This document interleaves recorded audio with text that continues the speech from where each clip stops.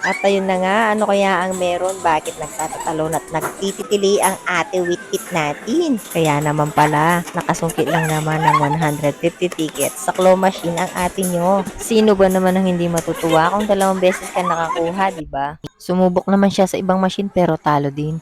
Kasama nga pala namin ang kanyang pinsan na si Gray. Banding muna sila habang hinihintay namin ang aking kapatid dahil may inasikaso lang siya. At para hindi sila mainip, ayan, pinaglaro muna namin sila. Nakakatuwang makita dahil magkasundo ang mag-ate. Salitan na sila sa pagdadrive para hindi mapagod ang isa. Ayan, ang ate, sino tinitignan mo dyan? Uy, ang isa naman, pa-cute?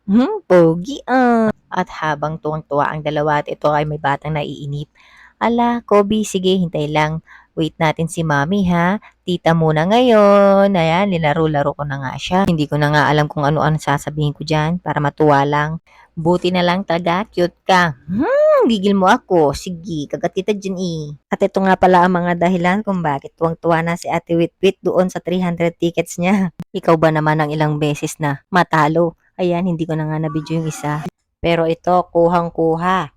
Talo pa rin, Ate Wit. Tara na at bilangin na natin ang mga ticket. Baka kung san-san ka pa makagastos, bilangin na natin yan at pwede na yan. Ang expected nga na bilang ni Ate Wit sa mga ticket ay 300 pero 295 nga lang ang lumabas kaya nagulat siya. Ala, pwede na yan. Sige na nga, papalit na natin. Heto nga pala ang kanila mga choices na pwede niyong pagpilian. Hay naku Ate Wit, dalian mo sa pagpili at 2,000 lang ang iyong ticket. At kung nagtataka naman kayo kung bakit 2,000 ang laman ng kanyang card ay dahil may tira pa siya dati.